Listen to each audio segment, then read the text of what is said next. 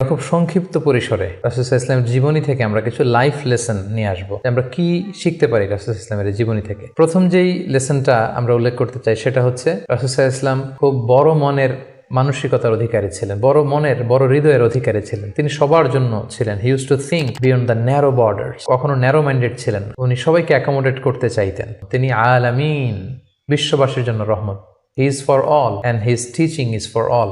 দ্বিতীয় যে শিক্ষাটা আমরা পাই সেটা হচ্ছে রাসূল সাল্লাল্লাহু আলাইহি ওয়াসাল্লাম সবসময় সংঘবদ্ধ জীবনযাপন করেছেন। আমরা যদি দেখি মক্কাতে সংঘবদ্ধ, মদিনাতে সংঘবদ্ধ, যেখানে তিনি ছিলেন সংঘবদ্ধ ছিলেন এবং আমরা যেন ইউনাইটেড থাকি। কোরআনের শিক্ষাটা তিনি বারবার বলেছেন, ওয়ালা তাফাররাকু, তোমরা বিচ্ছিন্ন হয়ো না, তোমরা আলাদা হয়ে জীবনযাপন করো না, বরং তোমরা সংঘবদ্ধ জীবনযাপন করো। 3 নম্বর যে শিক্ষাটি আমরা পাই রাসূল সাল্লাল্লাহু আলাইহি ওয়াসাল্লামের জীবনী থেকে সেটা হচ্ছে তিনি পিস লাভার ছিলেন, শান্তিকামী। কখনো সংঘাতে সহজে বিরোধে জড়াতে চাইতেন না। সবসময় শান্তি প্রতিষ্ঠায় তিনি অগ্রগামী ছিলেন। আমরা যদি দেখি যে কুরাইশদের সাথেও কিন্তু তিনি পিস ট্রিটি করেছেন, শান্তি চুক্তি। সাহাবারা রাজি হচ্ছিলেন না, কিন্তু তিনি করেছেন। মদিনায় এসে তিনি মদিনা চার্টার করেছেন, মদিনা সনদ করেছেন, ইহুদিদের সাথে একসাথে থেকেছেন। কিন্তু মদিনা সনদ ভঙ্গ হয়েছে যখন তারা বিশ্বাসঘাতকতা করেছে। তার মানে তিনি সবসময় শান্তির পক্ষে ছিলেন। তো আমরা যারা নবীজির উম্মত বলে নিজেদেরকে দাবি করি, আমরা যেন সবসময় শান্তিকামী হই, আমরা যেন শান্তির পক্ষে থাকি, এটা আমাদের জন্য শিক্ষা। 4 নম্বর যে শিক্ষাটি আমরা পাই সেটা হচ্ছে he was the flag bearer of justice.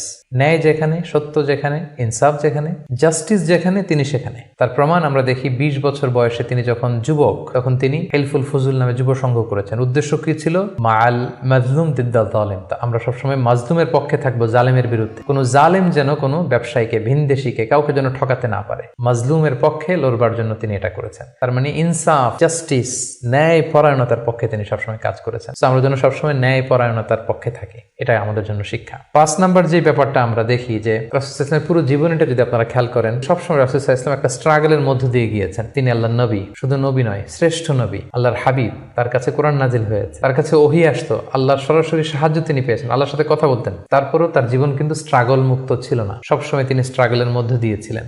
আমরা একটু স্ট্রাগল করলে হতাশ হয়ে পড়ি, একটু বিপদে পড়লে হতাশ হয়ে পড়ি। আমরা যদি রাসূলের জীবনী দেখি তাহলে আমরা বুঝতে পারবো না, হতাশ হওয়া যাবে না, ধৈর্য ধারণ করতে হবে। কারণ struggle is the part of our life. আমার নবী স্ট্রাগল করেছেন, তিনি সংগ্রাম করেছেন। সো সংগ্রাম আমাদের জীবনের অংশ।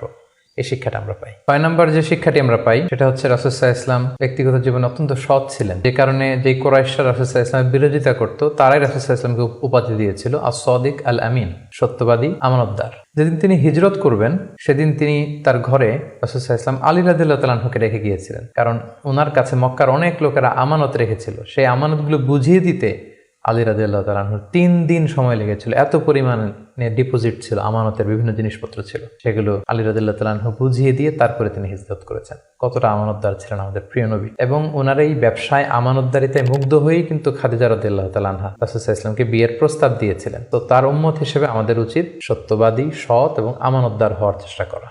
7 নম্বর যে শিক্ষাটি আমরা রাসূল সাল্লাল্লাহু আলাইহি ওয়াসাল্লামের জীবনী থেকে পাই সেটা হচ্ছে রাসূল সাল্লাল্লাহু আলাইহি ওয়াসাল্লামের একটা ফ্রেন্ডলি ইন্টারাকশন ছিল তার ফলোয়ারদের সাথে, good interaction with the followers. আমাদের অনেক লিডারদের মধ্যে একটা বসি ভাব থাকে যে আমি সব জানি, আমার ফলোয়াররা কিছুই জানে না, আমার টিমের লোকেরা কিছুই জানে না। না, রাসূল সাল্লাল্লাহু আলাইহি ওয়াসাল্লাম এটা করতেন না। কারোর কাছ থেকে কোনো ভালো কনসালটেশন, কোনো পরামর্শ আসলে পলিসি মেকিংয়ে তাদের কথাও তিনি রাখতেন। সুবহানাল্লাহ, এটা একটা গুড লিডারের বৈশিষ্ট্য। 8 নম্বর যে শিক্ষাটা আমরা পাই সেটা হচ্ছে রাসূল সাল্লাল্লাহু আলাইহি ওয়াসাল্লাম হেভিলি ফোকাসড ছিলেন তার মিশনে। সেই যে মক্কায় তিনি তাওহীদের বাণী প্রচার করতে শুরু করেছেন, রিসালাতের বাণী প্রচার করতে শুরু করেছেন, আখিরাতের কথা মানুষকে প্রচার করতে শুরু করেছেন। তার যে দাওয়াতের ফোকাস, এই ফোকাস থেকে কোনো প্রলোভন, কোনো লোভ, কোনো স্ট্রাগল, কোনো বিপদ রাসূল সাল্লাল্লাহু আলাইহি ওয়াসাল্লামকে এক চুল পরিমাণ নাড়াতে পারেনি। আমরা যদি জীবনে সফল হতে চাই আমাদের ফোকাস ঠিক রাখতে হবে। ফোকাস থেকে আমরা নড়ে গেলে কিন্তু আমরা সফলতার দেখা পাবো না। 9 নম্বর যে শিক্ষাটা আমরা পাই রাসূল সাল্লাল্লাহু আলাইহি ওয়াসাল্লামের কম্প্যাশনেট অ্যান্ড মার্সিফুল অ্যাটিটিউড। রাসূল সাল্লাল্লাহু আলাইহি ওয়াসাল্লামের দয়াদ্র মানসিকতায় অনেক শত্রু কিন্তু রাসূল সাল্লাল্লাহু আলাইহি ওয়াসাল্লামের বন্ধু হয়ে গিয়েছিল, ঈমান এনেছিল। আমরা দেখেছি মক্কা বিজয় যখন করেছিলেন চাইলে পিষে মারতে পারতেন কুরাইশদেরকে, যারা বছরের পর বছর জন্মভূমি থেকে দূরে থাকতে বাধ্য করেছিল রাসূল সাল্লাল্লাহু আলাইহি ওয়াসাল্লামকে। রাসূল সাল্লাল্লাহু আলাইহি ওয়াসাল্লাম কি করলেন? বললেন যে না, লা তাসরিবা আলাইকুমুল ইয়াউম, কোনো প্রতিশোধ, হিংসা কিছু নেই, ক্ষমা করে দিলাম, যাও তোমরা স্বাধীন। এভাবে নানা ঘটনায় আমরা দেখেছি রাসূল সাল্লাল্লাহু আলাইহি ওয়াসাল্লাম তার অমীয় অনুপম চরিত্রের মাধ্যমে তিনি মানুষের মন জয় করেছেন। তো এই গুণাবলী যেন আমরা আমাদের মধ্যে ধারণ করবার চেষ্টা করি। সব শেষে শিক্ষাটির কথা বলবো সেটা হচ্ছে succession management. A good leader produces good leaders. একজন ভালো নেতা শুধু ফলোয়ার তৈরি করে না, সে আরো নতুন নেতা তৈরি করে। আমরা যদি দেখি রাসূল সাল্লাল্লাহু আলাইহি ওয়াসাল্লামের ইন্তেকালের পরে আমাদের লিডারশিপ নিয়ে কোনো ক্রাইসিস হয়নি, সেখানে দাঁড়িয়ে গিয়েছে আবু বকরকে আমরা রাদিয়াল্লাহু তাআলা আনহুকে আমরা আমাদের খলিফা বানিয়েছি। আবু বকর রাদিয়াল্লাহু তাআলা আনহুর ইন্তেকালের পরে ওমরে ফারুক আমাদের খলিফা হয়েছে, তারপরে উসমান, তারপরে আলী রাদিয়াল্লাহু তাআলা আনহু। তার মানে রাসূল সাল্লাল্লাহু আলাইহি ওয়াসাল্লাম এদেরকে কিন্তু সবসময় ডানে বায়ে সামনে পেছনে কাছে নানা কাজে এঙ্গেজ করে নতুন নেতৃত্ব, নিউ লিডারশিপ কিন্তু তিনি তৈরি করেছিলেন। ফলে এই সাকসেশন ম্যানেজমেন্টে কিন্তু রাসূল সাল্লাল্লাহু আলাইহি ওয়াসাল্লাম সাকসেসফুল ছিলেন, এবং এখান থেকে আমরা যারা লিডারশিপ কোয়ালিটি আমাদের আছে, আমরা যেন নতুন লিডার তৈরি করে যেতে পারি উম্মার জন্য, এই শিক্ষাটি কিন্তু আমরা পাই। সম্মানিত শুধু রাসূল সাল্লাল্লাহু আলাইহি ওয়াসাল্লামের ফলোয়ার বা উম্মাহ হিসেবে আমাদের উচিত রাসূল সাল্লাল্লাহু আলাইহি ওয়াসাল্লামের আদর্শকে আমাদের জীবনে বাস্তবায়ন করা, তার প্রতি ভালোবাসার সর্বোচ্চ নমুনা পেশ করা, তার সম্মান আমাদের সম্মান। তাকে যখন গালি দেওয়া হয়, তার বিরুদ্ধে যখন কটু কথা বলা হয়, আমরা যেন তখন এর প্রতিবাদ করি, লেখনীর মাধ্যমে, বক্তব্যের মাধ্যমে, একত্রিত হয়ে বিভিন্ন ইভেন্টস করার মাধ্যমে রাসূল সাল্লাল্লাহু আলাইহি ওয়াসাল্লামের রেখে যাওয়ার শিক্ষা যেন আমরা আমাদের বাস্তব জীবনে কাজে লাগাই, আমরা যেন অন্যের কাছে পৌঁছাই, আমরা যেন সোশ্যাল মিডিয়াতে ছড়িয়ে দেই, এবং রাসূল সাল্লাল্লাহু আলাইহি ওয়াসাল্লামের এই শিক্ষা যেন আমরা আমাদের অমুসলিম ভাই বোনদের কাছে পৌঁছাতে পারি। আমরা যেন রাসূল সাল্লাল্লাহু আলাইহি ওয়াসাল্লামকে আমাদের জীবনের চাইতে বেশি ভালোবাসতে পারি, আমরা যেন বেশি বেশি রাসূল সাল্লাল্লাহু আলাইহি ওয়াসাল্লামের প্রতি দুরূদ পড়ি, তার রেখে যাওয়ার শিক্ষা এবং আদর্শ যেন আমরা মেনে চলতে পারি। আল্লাহ তাআলা আমাদের সবাইকে কথাগুলো বোঝার, আমল করার তৌফিক